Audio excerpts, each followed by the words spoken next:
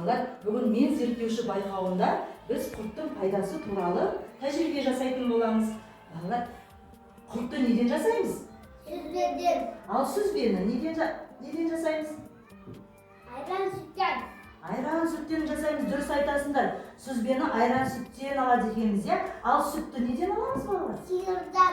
Дұрыс айтасыңдар. Олай болса бүгінгі біздің ақ түсті сүзбемізге сендер тәжірибе жасау үшін мен қызылша мен сәбіздің сөлін алып келдім. Ал осы сәбіздің сөлін қоса қойыңдаршы, балалар.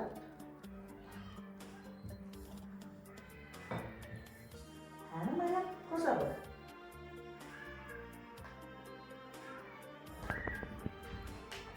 Ал нүртілеуген сен қоса қой.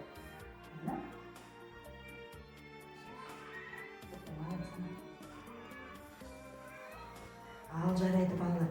Ал енді тәжірибемізді бастау үшін біз орындыққа отырып алайық. Мен осы сүзбені араластырып отырып, сендерге құрттың жасалу жолын айтып өтейін, балалар.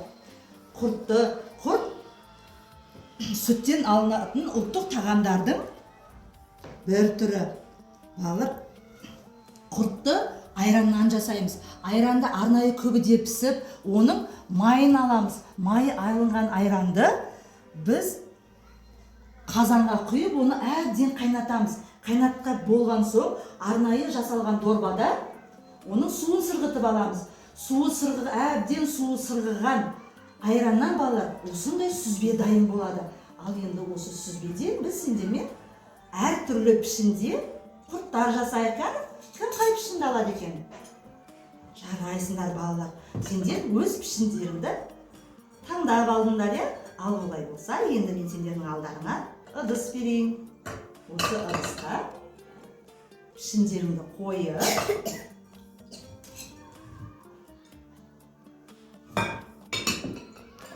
балалар, мен сендерге құрттың пайдасын түсіндіріп отырып, біздің сүзбелеріміз, түрлі түсті сүзбелеріміз дайын болды. Ал енді әркім өз пішініне құрт жасайды, ка? Апай, қызылшаның қандай пайдасы бар? Қызылшаның пайдасы, балалар, ол қанды көбейтеді. Ал сәбіздің пайдасы, сәбіз балалар бойларыңды өсіреді. Ал Нұртілеу, сен қандай пішінді құрт жасайын деп жатсың? Шырша. Дұрыс айтасың. Шырша. Мариям, сен қандай пішінді құрт жасайын деп жатсың? Жұлдыз. Нұртілеу, шыршаның түсі қандай болады? Жасыл. Жарайсың. Олай болса, сендер өз шыршаларын құрттарын жасадыр, мен қоңырау тәрізді құрт жасаймын. Балалар, құрттың қандай пайдасы бар?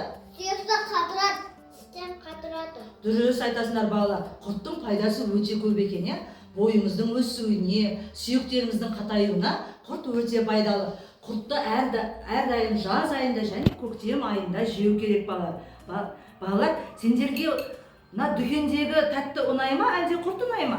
Құрт ұнайды. Жарайсыңдар, балалар. Құрт. Олай болса, құрттарың дайын ба? Иә. Ал енді құрттарымызды қалыптан шығарайық. Мариям, жәрдем беріп жіберейін сенің құртыңды шығаруға. Мариям, сен қандай пішін істеп жатсың? Жұлдызша, ал менікі шырша. Ал Нұртілеу, сенің құртың дайын болса, қалыптан шығаруға жәрдем берейін, кәні. Бірлесе отырып қалыптан шығарайық. Ал міне, Нұртілеу, сенің де құртың дайын болып қалды.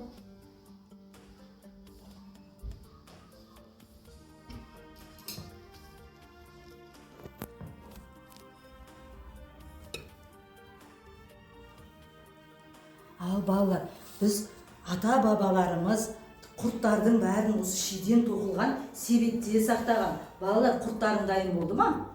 Иә. Кәні, құрттарың дайын болса, келіңдер себетке салып, кептіріп, сақтап қояйық. Жарайсыңдар, балалар, міне, біздің бүгінгі түрлі түсті құрттарымыз да дайын болды, иә, балалар? Балалар, құртты неден жасайды екенбіз? Сүзбеден. Дұрыс айтасыңдар, балалар. Құртты сүзбеден жасаймыз. Құрт пайдалы ма, дүкендегі тәттілер пайдалы ма? Құрт. Енді біз не жейміз енді дүкенде? Құрт. Құрт жейміз, жарайсыңдар, балалар. Ал олай болса, біздің бүгінгі іс тәжірибеміз аяқталды. Балалармен қоштасып алайық.